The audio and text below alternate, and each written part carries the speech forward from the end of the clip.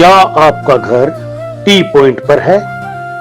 चिंता मत करें, टी एस्ट्रो एंड वास्तु लाया है एक आसान सी रेमेडीज। घर होगा पॉजिटिव और सेफ। यहाँ हम समस्याओं की नहीं, सिर्फ समाधान की बात करते हैं। चाय की हर चुस्की के साथ सेहत और तारों का रहस्य।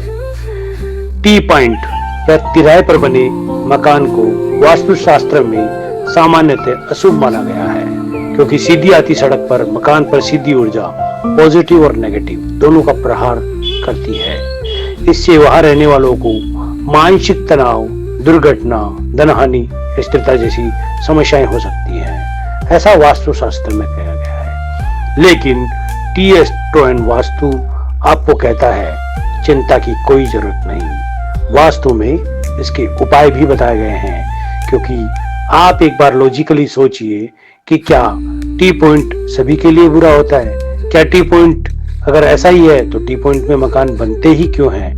टी पॉइंट आपको तरक्की भी प्रदान कर सकता है, बस आपको थोड़ा सा लॉजिकली सोचना है। आप सोचिए कि टी पॉइंट का जो मकान होता है वो सीधी आती सड़क पर होता है, जिसकी वजह से वहां से नेगेटिव और पॉजिटिव एनर्जी का प्रभाव होता है। अब अधिकतर हम लोगों में क्या होता है कि हम लोग साफ सफाई का ध्यान कम रखते हैं, नकारात्मकता अपनी ओर खींचने की कोशिश करते हैं, जिससे नेगेटिविटी उस मकान में आ जाती है और उसके परिणाम हमें बुरा प्राप्त होते हैं। लेकिन क्या हम सिर्फ नेगेटिव एनर्जी को खींचने के लिए बने हैं?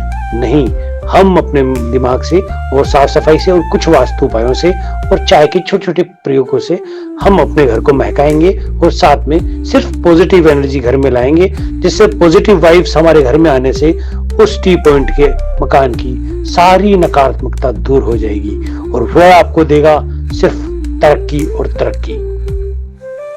मित्रों, जिनका भी मकान टी पॉइंट पर है वह परेशान ना हो। टी एस्ट्रो एंड वास्तु में बताए गए ये प्रयोग अवश्य करें। यह प्रयोग करने से आपको सकारात्मकता प्राप्त होगी, सकारात्मक परिणाम प्राप्त होंगे और आप जीवन में उन्नति के शिखर पर जरूर पहुंचेंगे। ये विश्वास ही नहीं, अटल विश्वास आप बनाकर रखिए। मित्रों, इसमें आपको करना क्या है कि अपने घर के बाहर साफ सफाई का पूर्णतः ध्यान रखें और समय समय पर आप अपने घर में इत्र या गुलाब की खुशबू महकाते रहें, जिससे आपका माइंड चुस्त और दुरुस्त रहेगा। और घर में आप अदरक, काली मिर्ची और दालचीनी की चाय का प्रयोग करते रहें। यह आपकी सेहत के साथ साथ आपके पारिवारिक रिश्तों में भी सुधार करती है। और जहाँ पारिवारिक रिश्ते एक साथ बैठकर चाय पिए जाते हैं और चर्चा की जाती है, वहाँ किसी प्रकार का वाद विवाद नहीं होता।